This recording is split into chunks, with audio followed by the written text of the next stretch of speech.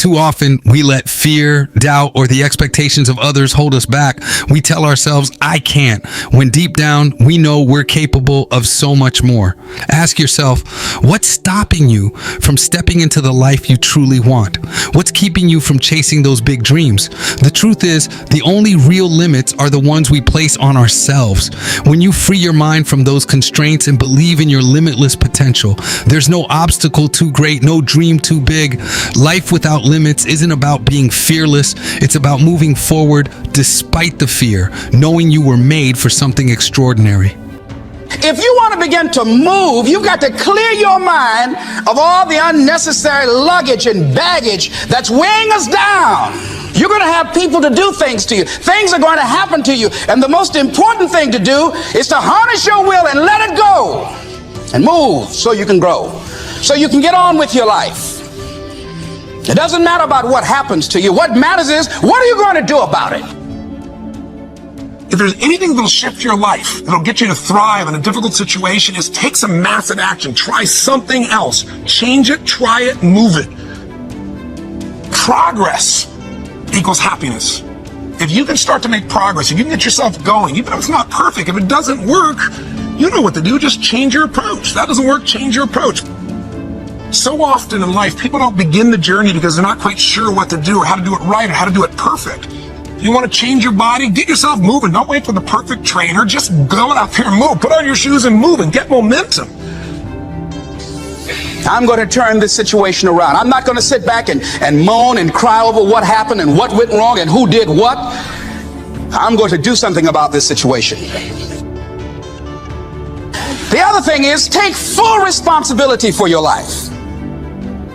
Accept where you are and the responsibility that you're going to take yourself where you want to go. Someone said we have two primary choices in life.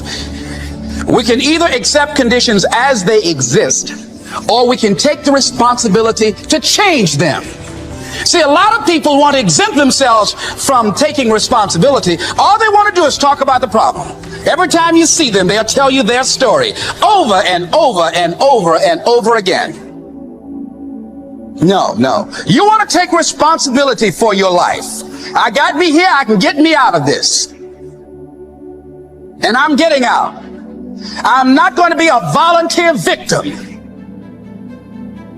And so all you're looking for are new breakthroughs through practice and practice and practice. You'll get better and better and better. And there's still some things that will happen to you that will catch you on the blind side that you did not anticipate. You'll get knocked down, but you won't be knocked out. And so I say to you, it's possible you can live your dream. If it's becoming a diamond, if it's having more, if it's achieving more, if it's being a better father, being a better mother, whatever it is, overcoming addiction, changing our society, it's possible you can live your dream. It's necessary that you have a plan of action, that you're resilient, that you stick to, and you work with the system, that you work with people, that you give support, and that you be there for them, that you have the vision and never give it up, that you become creative and relentless and keep on coming back again and again and again, and that it's you got to take personal responsibility to make it happen, and that it's hard. Easy is not an option. And when life knocks you down, jump back up and say, it's not over until I win. Avoid people and situations that upset you. See, there's some people that know just how to push your button. They know just what to say. But I'm not going to expend any energy arguing with anybody. Life is too short, ladies and gentlemen, and unpredictable. I don't want to spend my time arguing with anybody, so I avoid situations that will get me upset. I don't argue with people. Draw the line, ladies and gentlemen.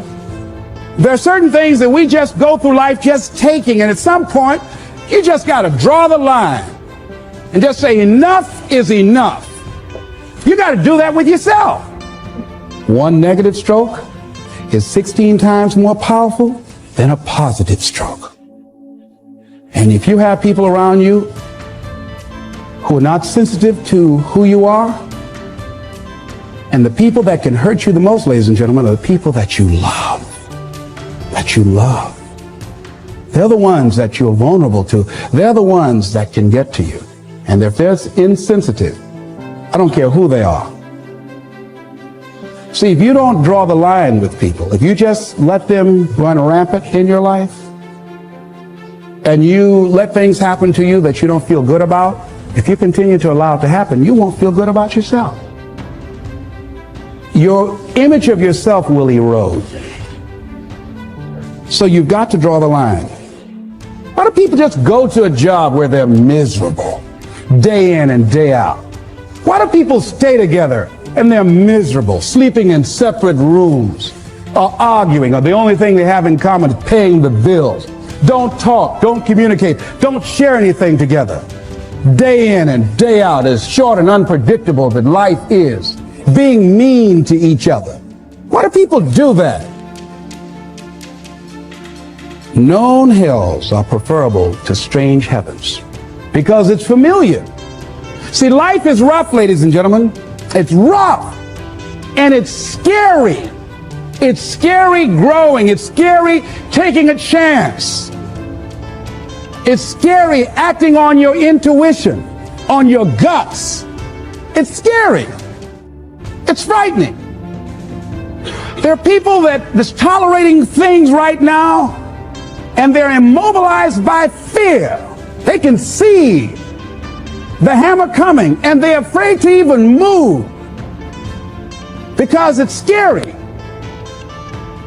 To go against the dominant thinking of your family, friends, and those people you associate with every day is perhaps the most difficult act of courage you will ever perform. See, when you start growing, when you start changing the way you walk, the way you talk, the way you act, the way you respond to things, the way you use your time, when you start saying, no, I can't do that. Why? You're too busy. You don't have the time. No, I have my own agenda. So if people can put you on a guilt trip, they will. And use you and abuse you over and over and over again. You got to draw the line. You have to draw the line on them. Don't go through life feeling like you're powerless. Victims are people that are powerless. You're not powerless. You are powerful. You direct the power in your life. Whatever your life is right now, it is a duplication of your consciousness. It's a result of how you have decided to use your power. That's all it is. That's not who you are. That's just a perverted use of your power that you aren't satisfied with. And you've got the power to change that. Wherever you are, how, I don't know. But I know you've got the power to do that. But you don't know what has happened to me. It really doesn't matter what has happened to you. See, the only thing that really matters is what are you going to do about it? That's all that matters. That's all that matters. You can allow it to destroy you, or you can allow it to build you up. We never get to a level where we feel that there's nothing else for us to do, that we've achieved certain number of goals and we figure that we're through. No. You don't want to stay there and celebrate too long like a lot of people do. When they do something they consider outstanding, they go around talking about what they used to do. See, let me tell you, I used to do this and I used to do that. Excuse me, used to be's don't make no honey. What are you doing now? You're still here breathing. That means you've got some more to give. Doesn't matter how old you are, doesn't matter about where you are, doesn't matter about what you have, doesn't matter about what you've done. Life is about growing, it's about being productive, it's about stretching, it's about challenging yourself. So you start looking around and decide, hey, what else do I want to do? What got me here? It's a time for celebration, but also a time for reflection. What got me here? What worked? What did not work? What do I need to do to repeat so that I can get the same kind of results in other areas of my life? If the goal is to improve my health, if the goal is to improve my relationship, if the goal is to improve my income, if the goal is to improve something in society, what is it I need to do? Now, don't get confused with what you do with who you are. Don't trip. Don't go on some type of ego trip, talking about how bad you are. None of us do anything by ourselves. Develop an appreciation for external support as well as good fortune, because all of those things play a role. And the other thing is, don't go overboard celebrating. You must meet with triumph and disaster and treat those two imposters just the same. You look at it, hey, I did it. I feel good about that. Now you're moving on to the next thing. Things did not work out the way you wanted them to work out. You didn't produce the results you wanted to produce. Hey, miss that. Win some, you lose some. Next, moving right on. Don't confuse who you are with what you do. And make your mind fertile ground for the seeds of opportunity. Think if you want to experience a sense of fulfillment, you've got to have an open mind so that ideas can come in there and take root and grow.